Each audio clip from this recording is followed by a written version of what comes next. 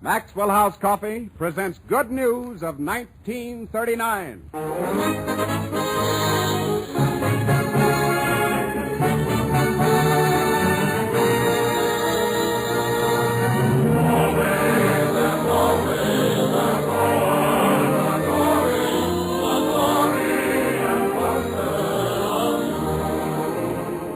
The makers of Maxwell House Coffee are happy to present their Thanksgiving program from the Metro-Goldwyn-Mayer Studios in Hollywood. We have with us tonight America's most popular family, the Hardys. Louis Stone, Mickey Rooney, Cecilia Parker, Ann Rutherford, and Fay Holden. You'll also hear Tony Martin, Fanny Bryce, Hanley Stafford, Frank Morgan, Meredith Wilson, and your host for this evening, Robert Young.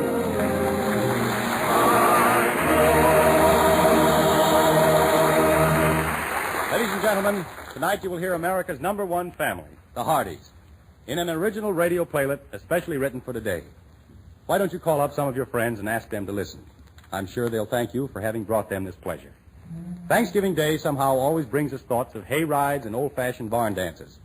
So as long as the jitterbugs have swung everything from the minuet to nursery rhymes, Meredith Wilson goes them one better by bringing swing to the square dance. Here is his own original contribution to the holiday mood, written in collaboration with George Sidney. Swing the Square.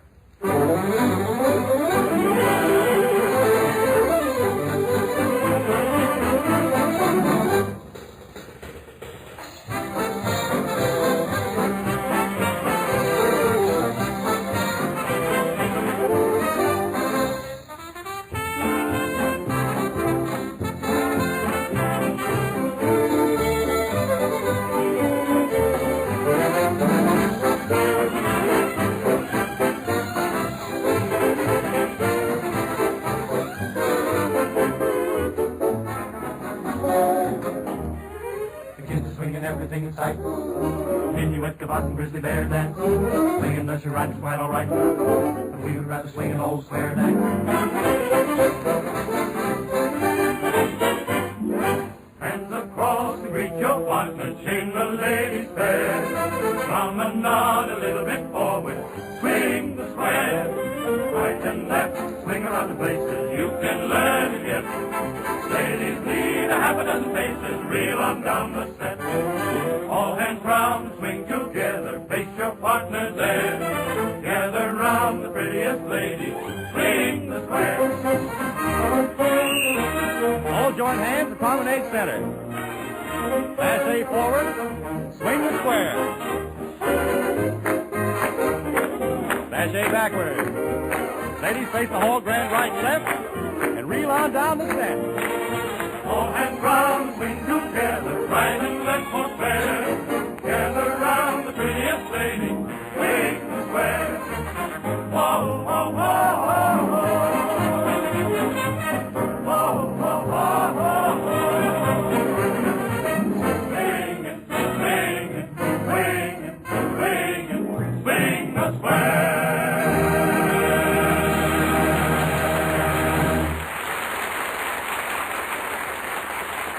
Nice swinging, Meredith. And now here she is, ladies and gentlemen, Fanny Bryce as Baby Snooks. Daddy, played by Hanley Stafford, has bought a brand new car. Listen. Hot ziggity. Look at her shine. That's really a car. Yes, sir. Got to be more careful with this one. Hello, Daddy. Oh, hello, Snooks. Well, isn't she a beauty? Who? Our new car. I traded the other one in. Why? Well, we had over 80,000 miles on it. I got tired of it, and so did Mother. Why? Because she was old, and her pistons were shot. Mommy? No, the car. Oh. This one's the latest thing. It runs so smoothly you can't feel it. It's so quiet you can't hear it. It's got such perfect ignition you can't smell it. And as for speed, you can't see it. How do you know it's there? Oh, don't be silly. Hop in and we'll take a ride. All right. Oh, look it. Now, Snooks, keep your hands off that thing. What is it, Daddy? That's the gas gauge. Light it. Oh, you don't light it. Why? Because it's the kind of gas that's not a gas. Huh? I mean, it's called gas, but it's really a liquid gas, whereas stove gas is a gas. Any gas that's invisible is really gas, but this gas is not gas because you can see it's gas. Do you feel all right, Daddy? I feel fine. Now, why is it you can't follow me? Where are we going? Nowhere. Ah! Now, what are you yelling about? You said you were going to take me for a ride. Well, sit back in your seat. All right. Oh, look at all the pretty things. Yes, sir, that's the dashboard. Mhm. 8 million wonderful gadgets. All work, too. Uh-huh. I guess your old dad knows how to pick out a car, eh, Snooks? Ha ha. Make it go, Daddy. Mm-hmm. Now, where's that starter? Oh, I guess this must be it. Nope, that's the windshield wiper. Oh, here it is. We ain't moving, Daddy. Oh, just a second. There. Listen to it hum. Boy, what a car. Okay, hang on now. What's this thing for, Daddy? That's the switch for the lights. What light? Oh, this car has retractable lights. That switch works the head and tail. Huh? Sure. When you pull that switch, the headlights go back and forth. Snooks, what are you doing? I want to make it wag its tail. Well, stop fooling with... There, you see? I almost ran into another car. Why? Because you're distracting me. Now sit still and don't talk. All right. Daddy, What is it? how do you put this handle back? What hand? Oh, Snooks! You've broken off the ignition lock. I didn't do nothing. I've got the car 10 minutes, and now I have to spend $5 for a new ignition lock, thanks to you. You're welcome, Daddy. Now, you just keep your hands still. Don't lean across me like that. I almost hit that man crossing the street. I want to blow the horn. All right, go ahead. Press this steel ring. All right. And don't blow. What? Something's wrong. That's fine. First the ignition lock falls off, now the horn won't work. That's marvelous. This is certainly a wonderful car. You like it, Daddy? No. I've got to get to a service station. Daddy. Now what is it? The clock ain't going. That's not a clock. That's the removable ashtray, I think. Pull out that knob on the front of it. Go ahead, pull it. All right. I'm afraid to look. Don't worry, Daddy. It ain't the clock. Oh, thank heaven. It's the radio. Oh! Well, I'm going right back to that crooked dealer, selling me a breakaway car. Will I let him have it? Why are you going so fast, Daddy? I want to catch that guy before he gets away. How much did the car cost, Daddy? Oh, $2. Oh, Daddy told a fib. Oh, that wasn't a fib. I was just making a joke. You're supposed to laugh. Ha ha! Don't go so fast, Daddy. Oh, I'm surprised this rattletrap can make 60. How do you know? Why, by the speedometer. See it? Now it points to 65. Go faster, Daddy. Oh, what for? Race that man on a motorcycle. What man? He's right behind us. He's been following us all the way.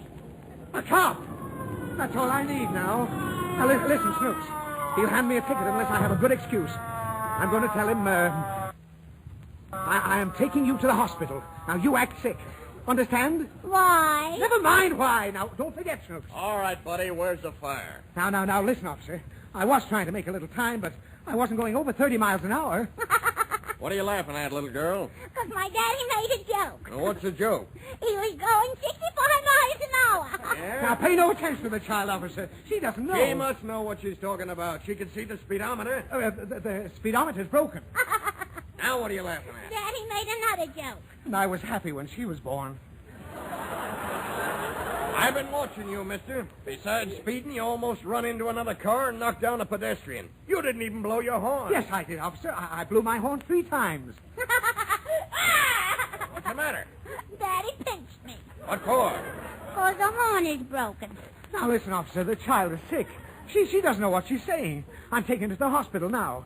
It's an emergency, measles. Aren't you sick, my poor little baby? Now I ain't. All right, that's enough, brother. Here's a ticket for you. Sign your name in my book. Oh, okay. There. You know, people like you is a menace to the community. You better watch your step from now on. Hey, stop your kid from climbing all over me. Get back in the car, Snooks. Come on. Well, you fixed me fine. Wait till we get home. Now I'll have to go to court with this ticket. Tear it up, Daddy. Oh, how can I? He's got my name in his book. That don't matter. What do you mean it don't matter? 'Cause I took his book. What? You took his...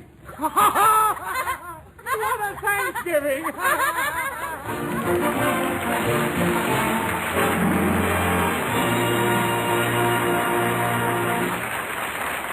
Maxwell House presents Tony Martin, popular star from 20th Century Fox, singing Summer Souvenirs.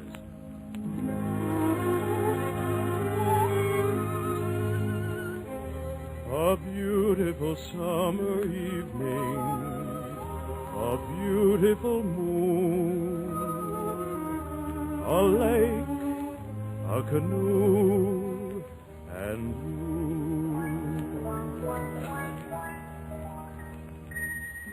We vowed that we'd love each other. We promised our hearts that we'd never part. But you didn't keep your promise. You didn't keep your promise. Harvest moon above is shining bright. Memories of June haunt me tonight. While I'm looking through my precious summer souvenirs. Didn't keep your promise. Trinkets that we won in boardwalk games, tintypes that were done in painted frames. They all speak of you, my precious summer souvenirs. I still have banners from the boat we boarded when we sailed across the bay. Songs your favorite band recorded, like the one we kept playing over and over. I'm coming under my skin. And remember our favorite theme, our favorite dream song. Night and day, you are the all these memories I have hoarded away, and you didn't keep your promise. Leaves are on the ground, there'll soon be frost. Someone else has found the love I've lost. Still I'm clinging to a beautiful summer evening, a beautiful moon, a lake, a canoe, and you, my precious summer souvenir.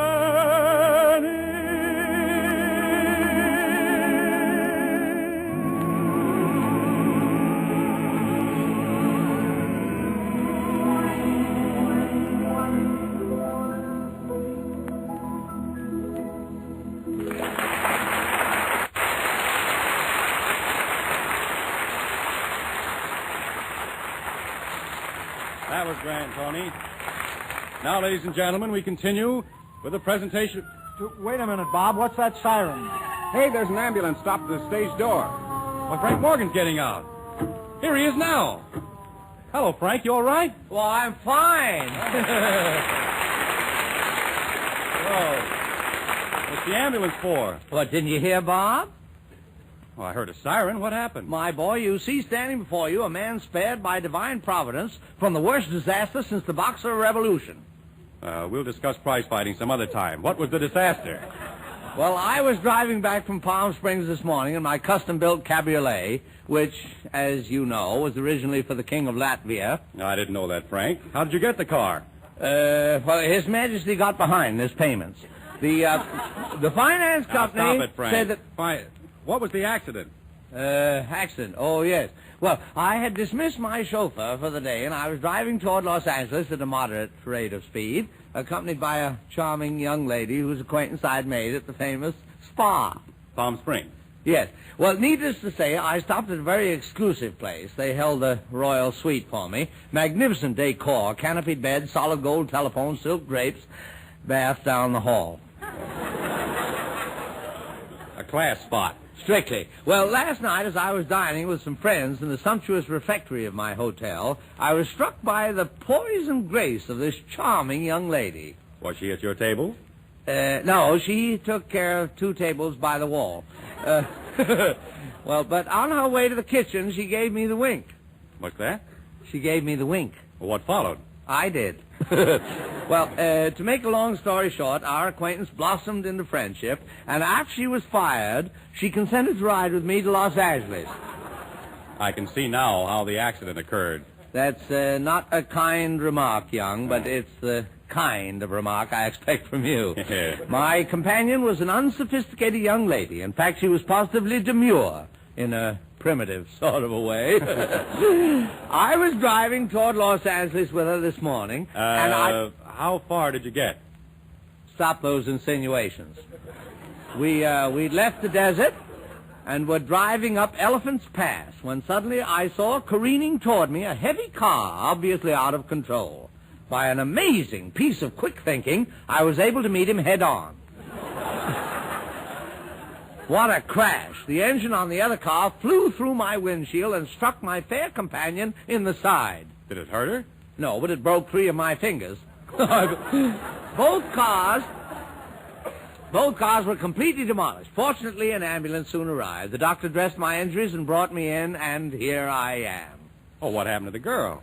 She'll get a lift. It's my car that worries me. $8,000 worth of car completely ruined. Oh, that's too bad. Excuse me, are you Mr. Morgan? Yes, son. Well, I'm from the Prince Metal Garage. We Yeah? got your car fixed up, and Yeah. here's the repair bill. Oh, no, that- 57 cents. I've been stabbed. Get out of here. A 57-cent collision. Now I don't even believe you went to Palm Springs. Master Robert, skepticism is an attribute of small minds. As a matter of fact, I was in Palm Springs on a secret mission. I was investigating the Mojave Desert on behalf of the world's largest group of mining interests. Mining now. What did you expect to find in the Mojave? What did I expect to find? What does a miser think of morning, noon, and night? What is the magic substance that energizes men and women all over the world? What are you and I working and slaving for? Maxwell House coffee. The soul of a huckster. I was looking for gold, my boy. Oh, some wildcat scheme. On the contrary, the 6 men who comprise my board of directors are the world's greatest financial wizards. They paid me a king's ransom to investigate the Mojave. And naturally, they never go into any enterprise unless they're certain it's the sure thing. What made them think there was gold in the Mojave? Well, the chairman's wife had a dream. But in choosing Morgan, they chose the right man to make the dream come true.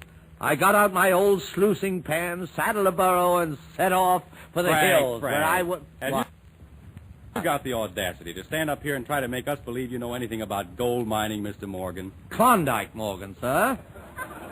The smartest sourdough that ever struck pay dirt. When the world's great bonanzas are found, Morgan is on the ground. It's going to take off in a minute, folks. Didn't I bank the Fairbanks, stock the Comstock, and grub stake the Homestake? The name of Morgan was synonymous with successful mining ventures. Prospectors followed me like hawks because they know that wherever Morgan went, there was sure to be a big boom. I heard you the first time. Go on, Klondike. Bob, you haven't lived till you've known the call of the open spaces. Alaska. Will I forget your virgin peaks, your tumbling rivers, your gleaming snows? I came to you a raw, hungry stripling. I delved into your vitals, and you rewarded me richly. That's the most beautiful lie I ever heard in my life. Oh, I think so, too. No! Why do you take everything I say cum grano salis? What's that? With a dose of salt.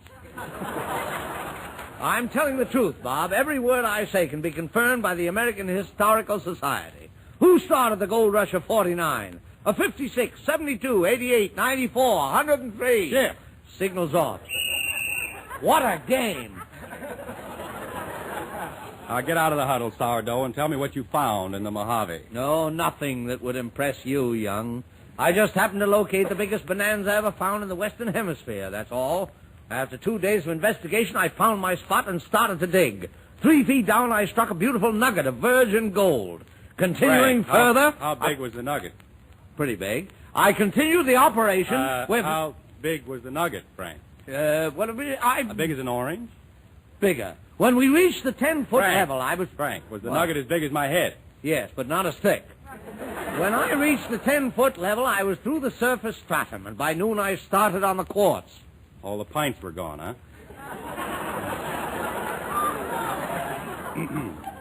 Every day you get more like a master of ceremonies. Keep digging, Klondike. Yes. The quartz continued for about 20 feet, a good sign. I was working like a madman, sweat pouring from my face, the muscles in my bronze back rippling as I swung the pick. Suddenly, about 4 o'clock, I heard the unmistakable metallic clink as my pick struck gold. It was the mother lode. I assayed it quickly with a crucible and spirit lamp and found my guess correct. It was pure 48-carat gold. I took it to the nearest... Wait a minute. What? The mother lode was 48-carat gold? Yes. Listen, sluice pan.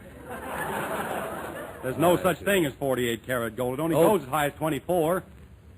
It only got to 24. Yeah. Yeah, 24. Well, this mother lode had twins. So long, Mama.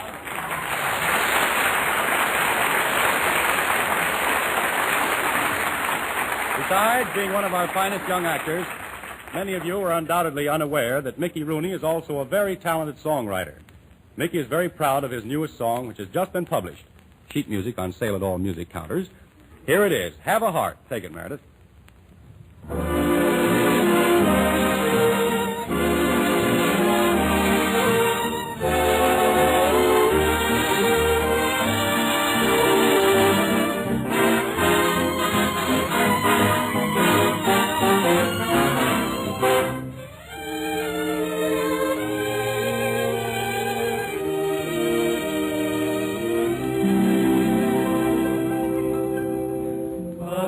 Longer than a year. I'm not myself since you're no longer near. Don't let people say we're through. We both can start again. I only beg of you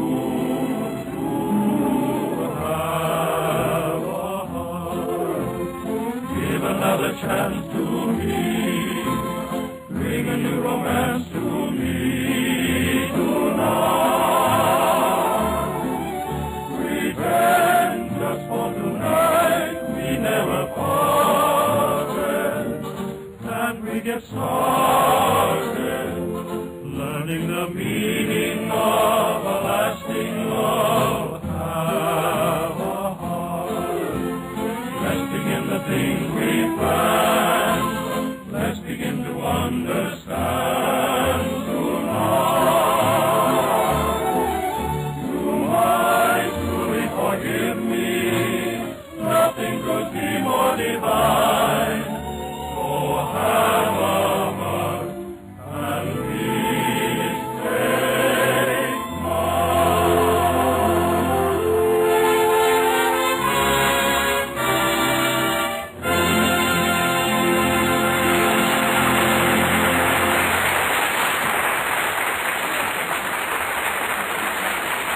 That was grand, Meredith, and congratulations, Mickey Rooney. I hope your song sells 1 million copies.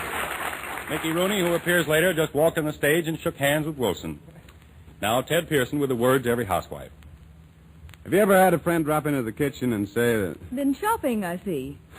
Does this package of new coffee smell good? I just got home. Sit down and I'll make you a cup. Well, there's no denying that the aroma from a new package of coffee smells good, nor is there any denying that the aroma floating around in the air is flavor being wasted. Flavor you never get in the cup. Well, just a moment's thought supplies the answer. The coffee wasn't packed in an airtight container. The air got in and the flavor got out. A lot of it before she ever bought the coffee. You see, whether ground or in the whole bean, coffee starts to lose flavor the moment it's roasted, if exposed to the air. And scientific tests reveal that ground coffee packed in ordinary containers loses as much as 45%. That's nearly half its flavor in only 9 days. But with Maxwell House, the coffee is taken fresh and fragrant from the roasting ovens, packed in the blue super vacuum can from which all air is first removed. Then this can is sealed under vacuum, so no air can get in, no flavor can get out. That's why Maxwell House comes to you not just days fresh, but roaster fresh, with all its rich, satisfying flavor sealed in. We hope you'll try the new and improved Maxwell House. Not only has the blend been further enriched, but due to the radiant roast process, which roasts each bean evenly all the way through, you'll get much more of the true flavor of this superb coffee. So ask your grocer for the new and improved Maxwell House. It comes in the same familiar blue super vacuum can, the one way known to science to keep coffee truly fresh.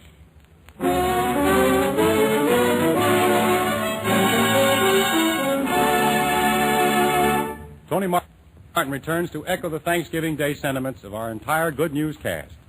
He sings for the first time on the air, Thanks for Everything, by Gordon and Revell, from his forthcoming 20th Century Fox picture, appropriately titled, Thanks for Everything.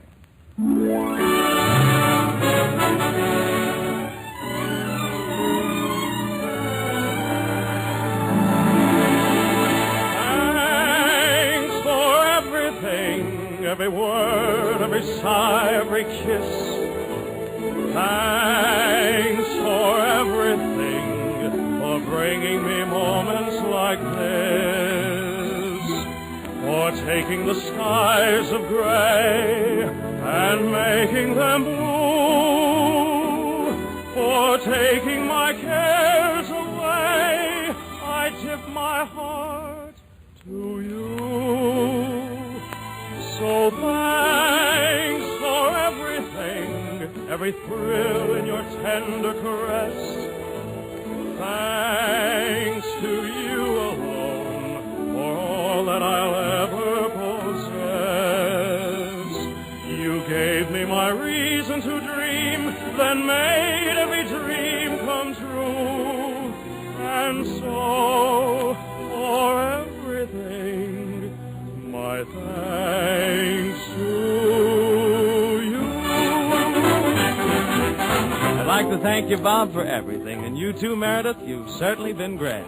And I'd like to thank good old Leo, the lion, and the boys and the girls and the band. Well, the old Maxwell House salutes you and thanks you. And now here's Baby Snooks. And I thank my daddy for the candy and the lollipops and the chewing gum and the dollies and the books. I like them. And I'm thankful for my little angel, and I forgive her all of her sins. But above all, believe me, I'm thankful that I wasn't blessed with twins. Thanks for everything, every thrill and tender caress. Thanks to you alone, all that I'll ever possess. You gave me my reason to dream, then made every dream come true. And so, for everything, my thanks to you.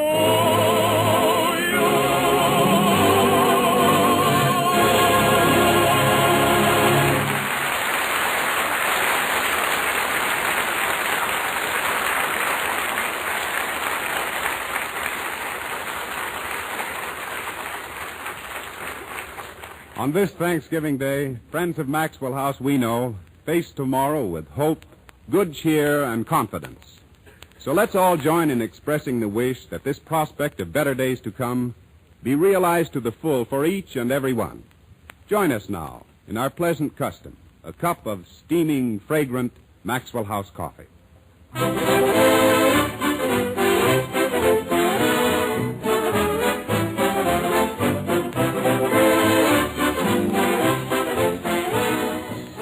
We now pause briefly for station identification.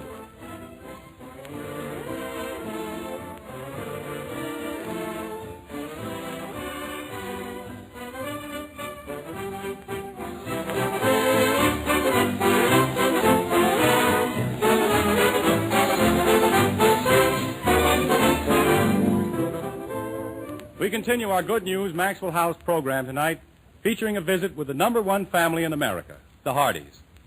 A few weeks ago, we presented on our program a duet sung by Frank Morgan and Meredith Wilson. Their performance apparently was a great success, as we have received numerous requests for another of these duets. Tonight, they have chosen the well-known classic, Il Bacio.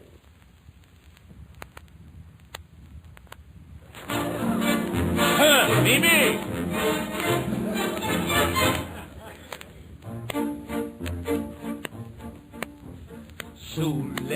Sulle labbra, sei porcasso l'albe e il braccie, spense tracce, por la pan, Ricardo Cortez. Oh, Milan cacciatore, bacio d'amore, porta del destino. Oh, my dolce far niente, I love Jack Niente, so.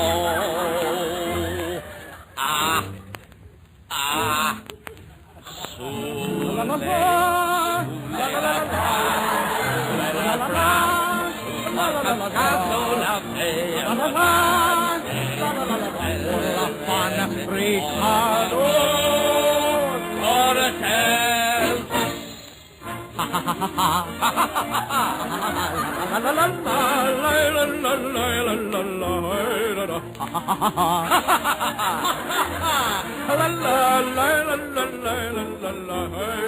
Well, I didn't learn this. Got no words. Frank, what? Help! Frank! Sempre con molto al più. Ritorno spigliato.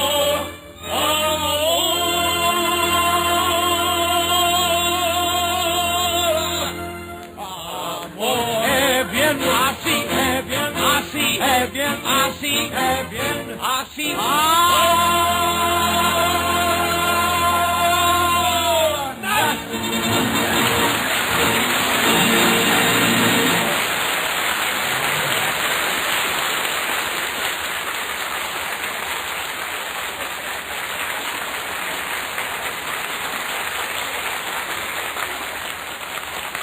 Ladies and gentlemen, we present now as a special feature of our Maxwell House Good News program, for the first time on any radio show, the entire cast of America's #1 screen family, the Hardys. You've all seen them in Judge Hardy's Children, in Love Finds Andy Hardy, and you'll all be seeing them very soon in their new picture, Out West with the Hardys. Now here they are in person, Louis Stone as Judge Hardy.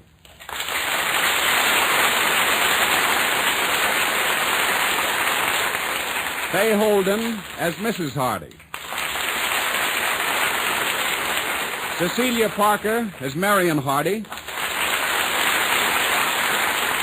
Ann Rutherford as Andy's regular sweetheart, Polly. And young Mr. Andrew Hardy, Mickey Rooney. We present the Hardys tonight in an original radio sketch called Thanksgiving at the Hardys, written by MGM's Kerry Wilson and directed by the Hardy family director George B. Seitz. The scene is the Hardy home in the town of Carvel on the morning of Thanksgiving Day. Downstairs, the house seems deserted save for the rattle of pots and pans from the kitchen, which reveals that Mrs. Hardy is where Mrs. Hardy has been on every Thanksgiving morning for, lo, these 30 years.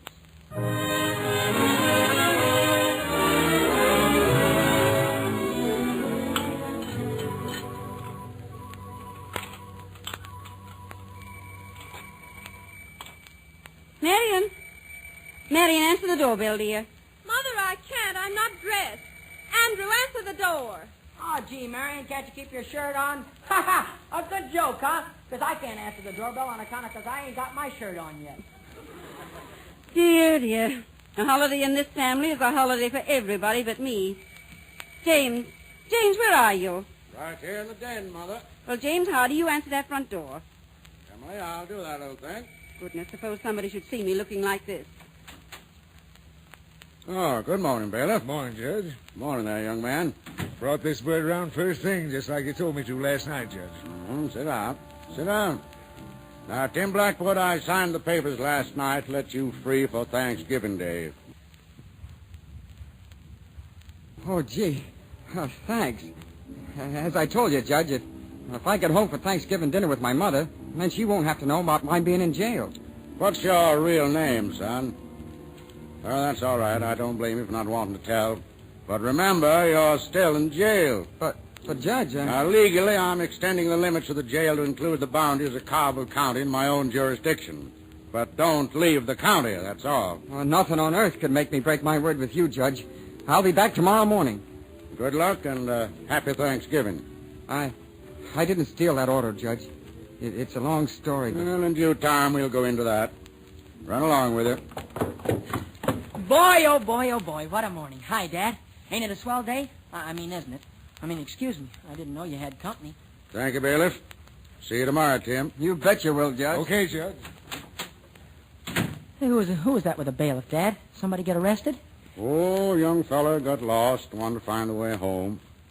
Well, you seem quite jubilant this morning, Andy. I'll give you 3 guesses why I'm a happy man today. It might be due to the fact that this is Thanksgiving. Oh, sure. I'm crazy about Thanksgiving because it means it's only 1 month till Christmas. Then you like Christmas more than Thanksgiving? Sure. You get turkey on both days, but Christmas you get presents, too. Anyways, I'm 2-timing the turkey racket today. We're having Thanksgiving dinner at noon, so I'm having turkey here. Then Polly Benedict's having it at 6 o'clock, so I'll go over there and knock off another hunk of white meat then. Hello? Miss Polly Benedict calling? The fairest flower of Carville? Miss Benedict, this is Mr. Andy Hardy in the flesh. Dust off the royal carpet and get the trumpeters ready, for in a flaming chariot I hasten to thy side. Dad, when you were a kid, did you ever try high-class poetic language on a woman? It slays 'em. It positively slays 'em. Good morning, Father. Good morning, Andrew.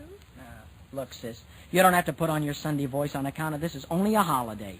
Father, can't you make Andrew treat me with some respect? Andy, you must remember your sister's older than you are. Remember it. Been trying to forget it all my life.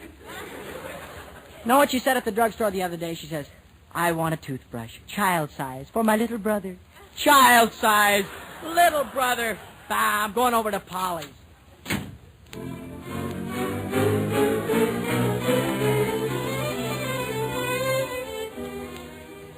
The scene changes to Polly Benedict's house. Marion and Dennis, who is Polly's cousin, have usurped the living room sofa, driving Andy and Polly to their familiar place, the front porch swing.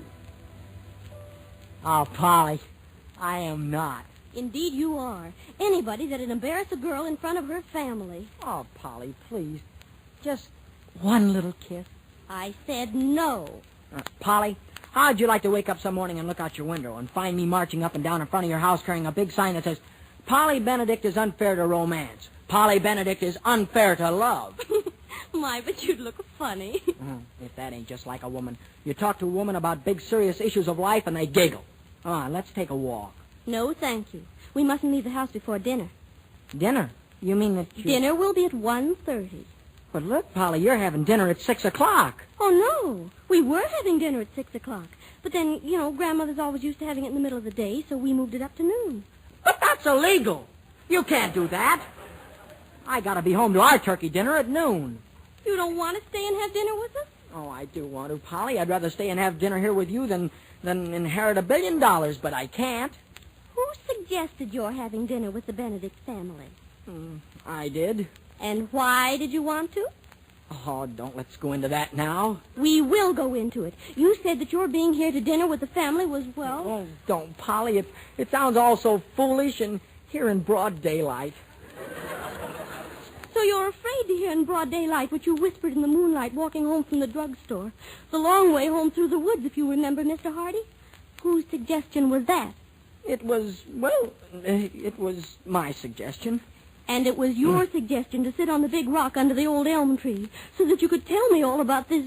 Oh, stop it, Polly. Please don't. This opportunity for my parents to see that you were no longer a boy, but were now a man of the world. Oh, Polly.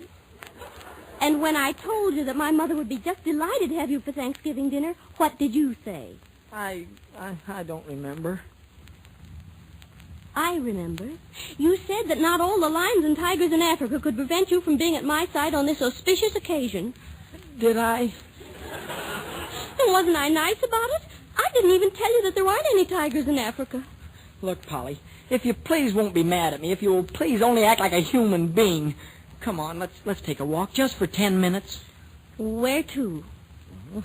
We could take a walk through the woods and sort of get some of those autumn leaves. Didn't you ask me the other day to help you pick some autumn leaves?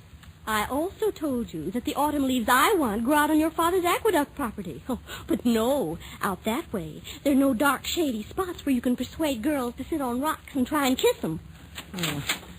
Say, it's Marion. Hey, what are you crying for, Marion? I'm not crying. I'm going home. And I don't want an incorrigible infant trailing after me. Oh! Incorrigible infant, huh?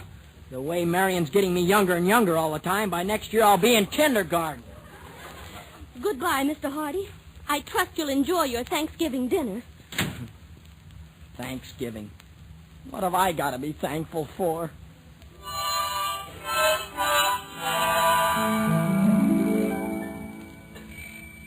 I'll go, Mother. Oh, Billy, well, what's wrong? That kid, Tim Blackwood, just stuck up a car the other side of the county bridge. Shot a guy, grabbed his wallet, and got away. No, I can't believe it. Not that boy. Kind of puts you in a bad light, Judge. Suppose it should turn out to be murder. Maybe I got a little too sentimental because it was Thanksgiving. They haven't caught the boy. Sheriff McMahon over in Eli County has got about everybody out. It's old Dr. Willis that got shot. That's terrible. Well, you go back to the courthouse, cooperate with Eli County in every way. Phone me any developments. Yeah, nice mess. Oh, good morning, Miss Marion. Good morning.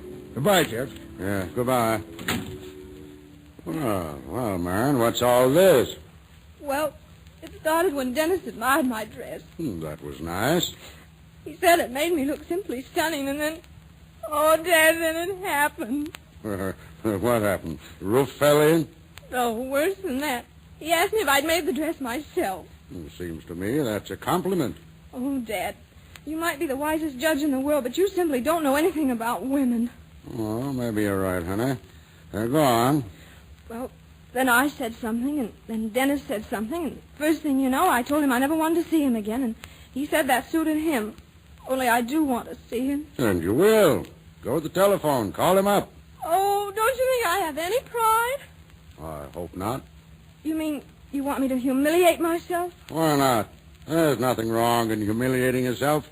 There's everything wrong with pride if it keeps you from saying, Dennis, I told you I didn't want to see you again, but I do. Then Dennis will say he's dying to make up with you, and everything will be fine. But won't he think I'm cheap and changeable? Nobody ever thinks honesty cheap. Now, you run along upstairs and wash your face, and then call up Dennis. Dad, you're just the grandest father that ever lived. Emily, if I come out in the kitchen, am I safe from you? You stay out of my kitchen. I'm coming in to sit down and rest a bit anyway. Oh, there you are, Mother. Let me fix this pillow for you. Ah, you look warm. Must be hot out in that kitchen. I recognize the signs, James. What is it you want to tell me?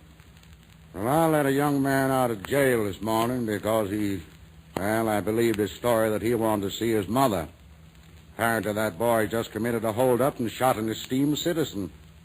But it isn't your fault he went bad. It'll bring pretty heavy criticism. If I hadn't freed the boy, he couldn't have committed a crime. You mean people will blame you? Well, some might feel I'm not competent to decide such things. There'll be a lot of publicity. You and the children will bear the brunt of everything that's said against me. Of course we'll bear the brunt.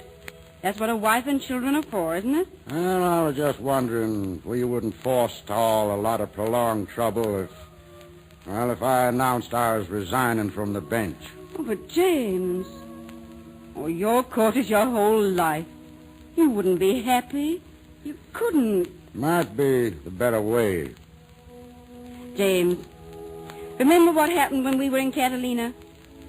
We didn't lose our home, did we? No. Then you were going to resign on account of that Washington business. But you didn't have to, did you? No. Well, then let's cross this bridge when we come to it. And let's not waste time talking about unimportant things. I've got some chestnut stuffing to make, and that is important. Mother, that is important. When a man has a wife who tosses aside the prospect of her husband's wrecked career to worry about turkey stuffing, That man has no reason to fear any trouble in life. Bless your mother. Now you answer the telephone and forget all about courts and laws and criminals, because you're going to carve this turkey, James Hardy. Yes. Yes, bailiff. Well, keep me posted. Oh, Andy, what's the matter? Dad, I want to join the Navy. You want to join the Navy? I want to bury myself in the Philippines or in a gunboat in China. Gee, Dad, modern civilization has got me down. Would it help any if we indulge in little man-to-man talk? Nope, you see, you don't know anything about women. That's the second time today. Oh, this is 1938, Dad. I'm afraid we don't speak the same language. Maybe not, but I've got a hunch that Polly Benedict speaks the same language the day your mother spoke a good many years ago. Why, Pop, Mom wasn't ever as young as Polly Benedict. No? Say, I never thought of that. You know, a guy, I mean a kid, I mean a young fella growing into manhood never thinks of his mother as ever been any younger than when he first remembers her. Oh, boy, that's funny. Just think of Mom, our Mom, going to kindergarten. Well, having had some 30 years' experience with your mother, maybe I've learned a little about women. Okay, here's the trouble, Dad. When you were young, did you ever have a bad reputation? Well, I don't exactly know. In what way? Oh, I mean, did a woman you love more than life, ever call you a cad? Oh, what? Cad. C-A-D, you know. In more polite phraseology, guilty of conduct unbecoming a gentleman? That's it.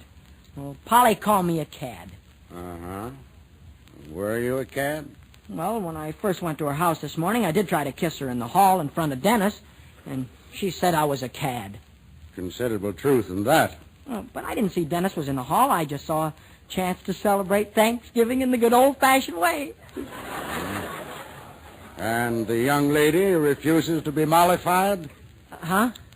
You couldn't convince her you had made an error. Pop, sometimes I think you can't ever convince a woman of anything.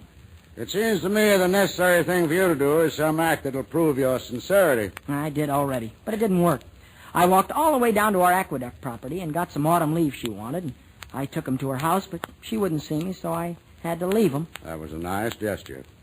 Wait a minute, Andy. You were out of the aqueduct property near the county bridge? Yes? You didn't see or hear anything of a holdup, a shooting? Hold up, shooting?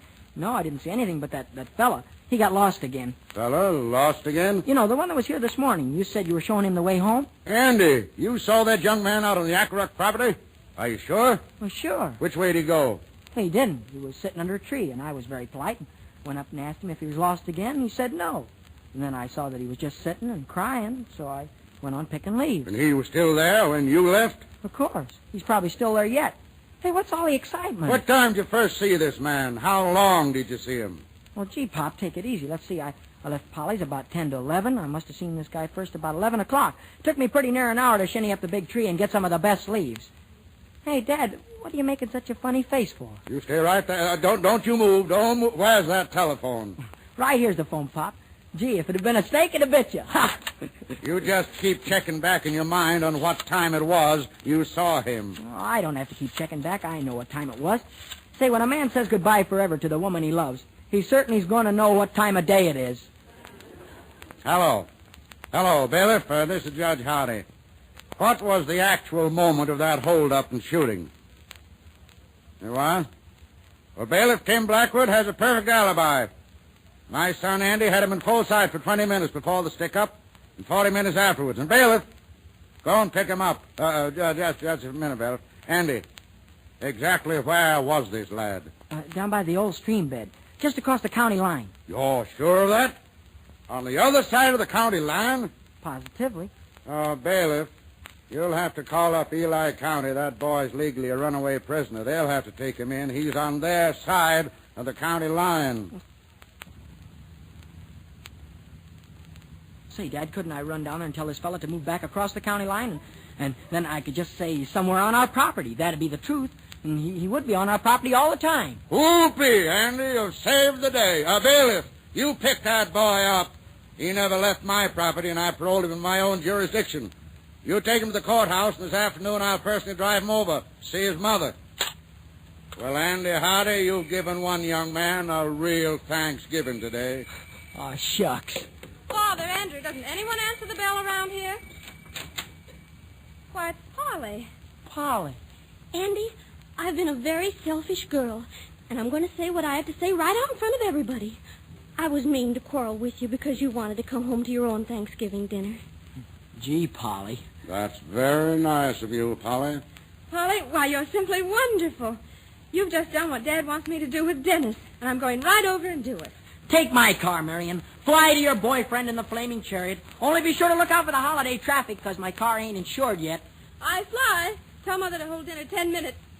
Polly, it's too bad you can't stay and have Thanksgiving dinner with us. But I can. Father talked Grandmother out of having our dinner until 6 o'clock. Boy, oh boy. Now I know what a real day of Thanksgiving is. James, Marion, Andrew. Why, Polly. Oh, dear, where's Marion? Polly, you must stay for dinner. I'll set another place.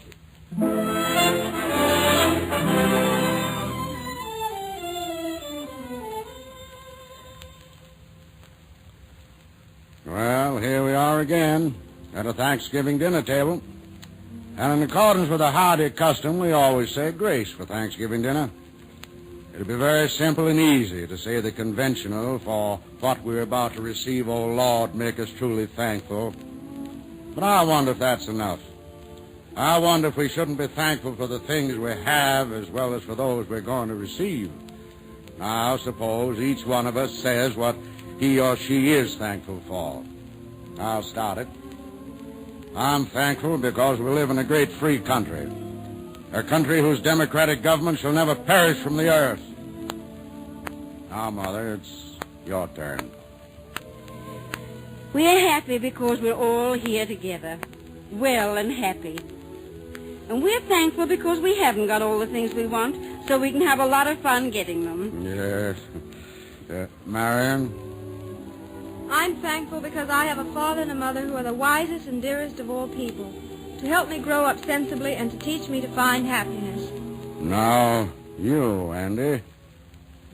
Pop, I don't know how to say it. I can always use a lot of expensive words when I'm talking about nothing important.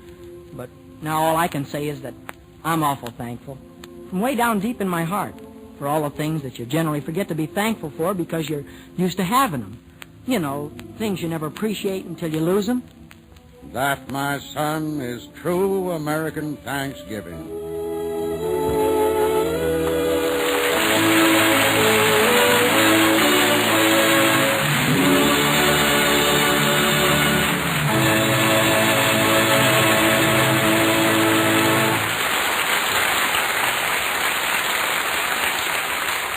My own thanks and the thanks of all our audience to the Hardy family for visiting us tonight.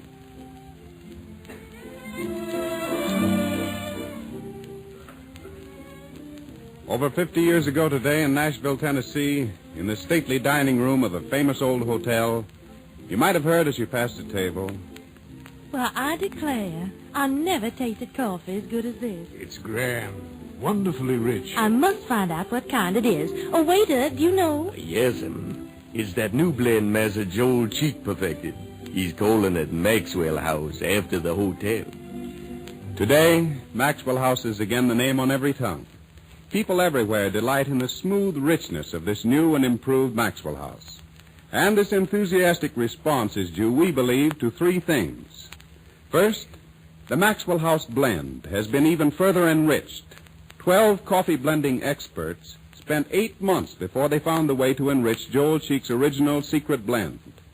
Second, the radiant roast process. By roasting each bean evenly all the way through, brings out more of the true coffee flavor. You get no weak coffee due to under-roasting, no bitter coffee due to parching. Third, Maxwell House is vacuum-packed, fresh and fragrant from the roasting ovens in the famous blue super vacuum can. So it comes to you, not just days fresh, but roaster fresh. Tomorrow, why don't you ask your grocer for a pound of the new Maxwell House coffee? At today's low prices, now's the time to make friends with this coffee that is richer, smoother, and probably more satisfying than any you've ever before tried.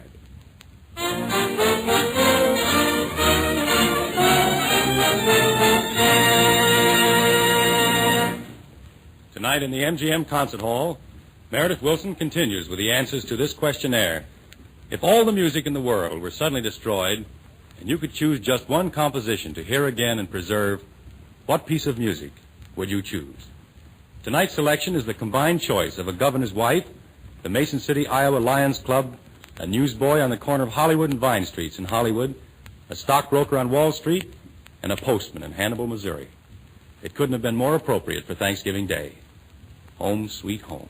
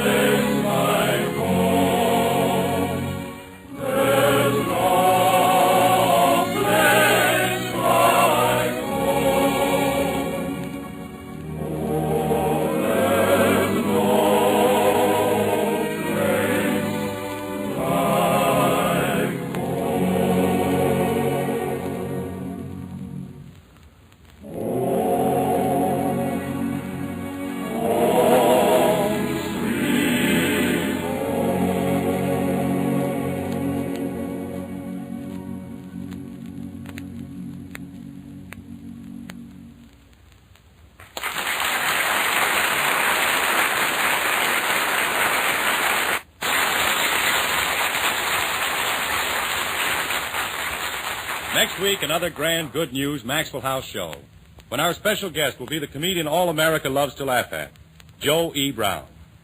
And, of course, our regular gang, Fanny Bryce, Hanley Stafford, Frank Morgan, Tony Martin, and Meredith Wilson. Next week, Frank Morgan will appear in a drama entitled The Gambler, written for radio by Patterson McNutt. And may I remind you to put a must-go-see on your list for Out West with the Hardys. It's their latest MGM picture, and you'll love it. And, ladies and gentlemen, may I take this moment to wish that you and yours will enjoy many more happy Thanksgiving days. This is Bob Young saying good night until next Thursday. In the meantime, go to the movies and take the family with you.